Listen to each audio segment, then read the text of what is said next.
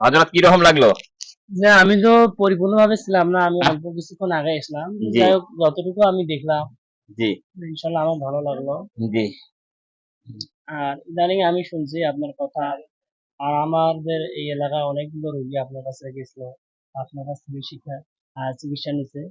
আমি আপনার কথা আর কি ভালো শুনছি, বা আপনার শিক্ষা মানে আপনার চিকিৎসা থেকে অনেকেই সুস্থ, এমনকি সুস্থতা অনুভব করতেছে আমি মনে করি, বা আমি শুনেছি। তো আমার এই জামাই হয়, উনি আপনার কথা অনেক বলছে। জি। আমি কালকেও ইনার বাড়িতে দাওয়াত খাচ্ছি, উনি আপনার কথা কালকেও বলছে।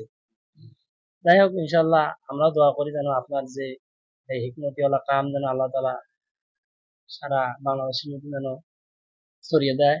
আপনার যেন এই চিকিৎসা সেবা যেন আল্লাহ তালা প্রত্যেকটা গ্রামের মধ্যে যেন আপনার ছোঁয়া লাগে, এই আশা করি। আলহামদুলিল্লাহ। দর্শক, আমরা